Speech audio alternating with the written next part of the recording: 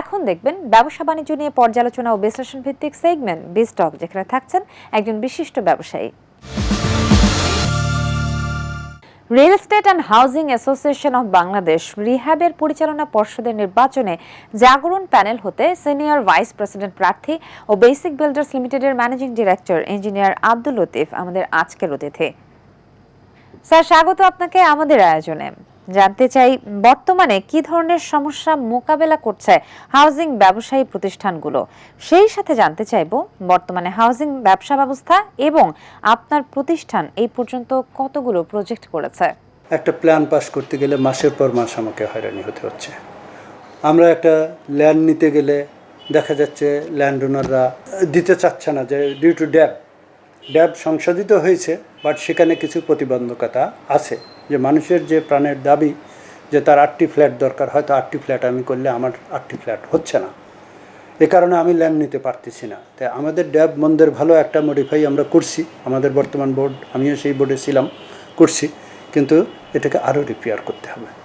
Basic builders limited 2006 সালে যাত্রা শুরু করে। আমরা 2026-20 বছর অলরেডি আমরা পালন করছি।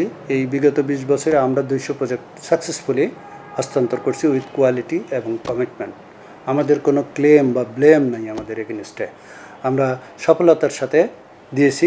এবং অনগোয়িং প্রজেক্ট প্রায় 80, আপকামিং প্রজেক্ট প্রায় 25।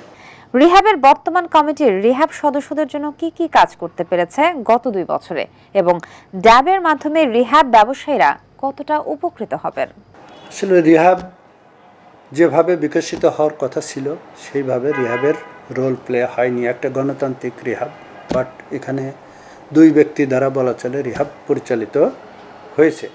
এই জায়গাটা যদি আমরা যারা ভাইস প্রেসিডেন্ট ছিলাম, যেমন আমি আমার ড্যাব নিয়ে রোল প্লে করছি, এই জায়গাটা নিরসন হয়েছে। যেমন আমার আরও ভাইস প্রেসিডেন্ট ছিল যারা ফেয়ার নিয়ে কাজ করছে, ফেয়ারগুলো মানসম্মত হয়েছে, বাট অতটা মানসম্মত হয়নি। যে ইভেন্টগুলো হয়েছে অতটা মানসম্মত হয়নি।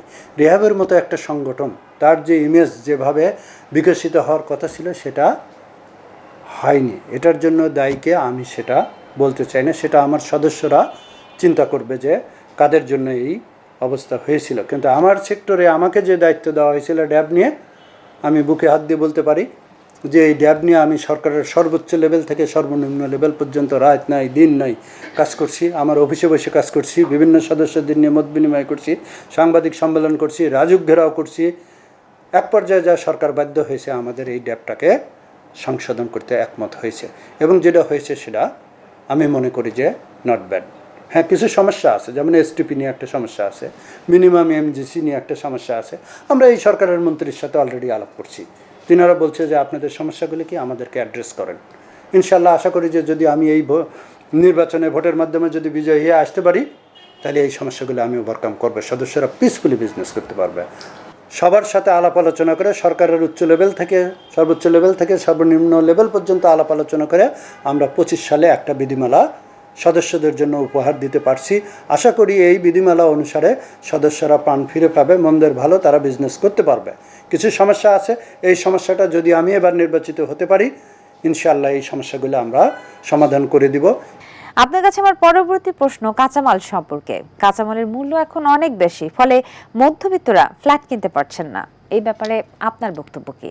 কাঁচামালের সাথে অবশ্যই আমার ফ্ল্যাট রিলেটেড, সেই সাথে আরও রিলেটেড ল্যান্ডের প্রাইজের সাথেও। তো সরকার যদি আমাকে নীতি সহায়তা দেয়, সরকার যদি প্লট বরাদ্দ দেওয়ার জায়গা থেকে শিফট করে এসে যদি সে আমাদেরকে ভূমি বরাদ্দ দেয়, আর আমাদেরকে যদি বলে যে আপনি আমার দেশের লোকজনের কাছে ফ্ল্যাট বরাদ্দ দেন, একটা সিস্টেমে যদি আসে, তাহলে আমি একেবারে অ্যাফোর্ডেবল প্রাইজে দিতে পারবো। সরকারের নিজস্ব ল্যান্ড আছে, এই ল্যান্ডগুলো যদি আমাদেরকে দেয়, কাঁচামালের প্রাইস যদি কমে, অবশ্যই ফ্ল্যাটের দাম কমবে, কারণ এটা ব্যাক টু ব্যাক। কি কি লক্ষ্য এবং উদ্দেশ্য নিয়ে রিহ্যাবের নির্বাচনে অংশ নিচ্ছেন আপনি, এবং জয়লাভ করলে রিহ্যাব ব্যবসায়ীদের কল্যাণে কি কি কাজ করবেন সেই সম্পর্কে জানতে চাই। ভোটারদের উদ্দেশ্যে আপনার আহ্বান কি? ইলেকশনে আসার একটিই মাত্র কারণ যে আমরা ইউনাইটেড না। আমরা যদি ইউনাইটেড হয়ে আমাদের যে প্রবলেমগুলো আছে, যেমন ড্যাব নিয়ে সমস্যা আছে, ওয়াসার বিল নিয়ে সমস্যা আছে, বিধিমালা নিয়ে সমস্যা আছে, ট্যাক্স ভ্যাট নিয়ে সমস্যা আছে, সরকারের নীতি সহায়তা নিয়ে সমস্যা আছে, এই সমস্যাগুলো অ্যাড্রেস করার মতো প্রপার লোক আমাদের ইন্ডাস্ট্রিতে কম আছে। সেই বিবেকবোধ থেকে আমি এখানে আসতেছি যে যাতে নেতৃত্ব যদি আল্লাহ যদি দেওয়ার যদি সুযোগ দেয়, তাহলে আমাদের সেক্টরের যে সমস্যাগুলো আছে সকল সদস্যদেরকে নিয়ে সমস্যাগুলো চিহ্নিত করে আমি এটা সমাধান করার জন্য আপ্রাণ চেষ্টা করব।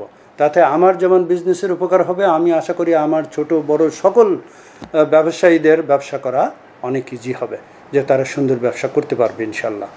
আমি যেহেতু 200 প্রজেক্ট হস্তান্তর করছি, এখন যেহেতু আমি 80টা রানিং করতেছি, আমি এর যন্ত্রণা বুঝি। সকালবেলা যখন টেবিলে এসে বসি তখন হাজারো সমস্যা আমাকে গ্রাস করে খেতে চায়।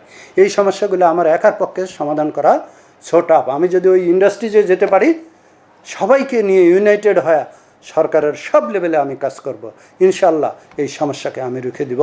আমার সদস্যরা ছোট বড় সবাই ইনশাল্লাহ পিসফুলি বিজনেস করবে, কেউ রিহাব সদস্যদের দিকে আঙুল তুলে তাকাতে পারবে না। স্যার, আপনার কাছে আমার সর্বশেষ প্রশ্ন, বর্তমান নতুন সরকারের নিকট আপনার প্রত্যাশা কতটুকু? সেই সাথে কোনো কোম্পানি থেকে গ্রাহক প্রতারিত না হয় সেই ব্যাপারেও আপনারা কি পদক্ষেপ গ্রহণ করেছেন? বর্তমানে মাননীয় প্রধানমন্ত্রী উনি অত্যন্ত ভিশনারি, নতুন প্রজন্মের একজন ডাইনামিক লিডার।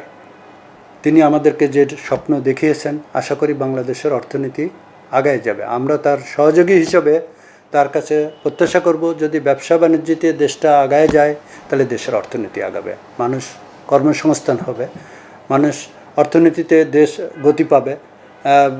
আমরা তার হেল্পিং হ্যান্ড হিসাবে কাজ করতে চাই এবং মাননীয় আপনাদের মাধ্যমে মাননীয় প্রধানমন্ত্রীর কাছে আমাদের অনুরোধ থাকবে, এই সেক্টরের সমস্যা সমাধানকল্পে আমাদেরকে সিঙ্গেল ডিজিটে আমাদের ক্রেতাদেরকে মিনিমাম 5,000 কোটি টাকা লোন স্যাংশন করার জন্য, যে লোনের কোনো ডিফল্টার থাকবে না।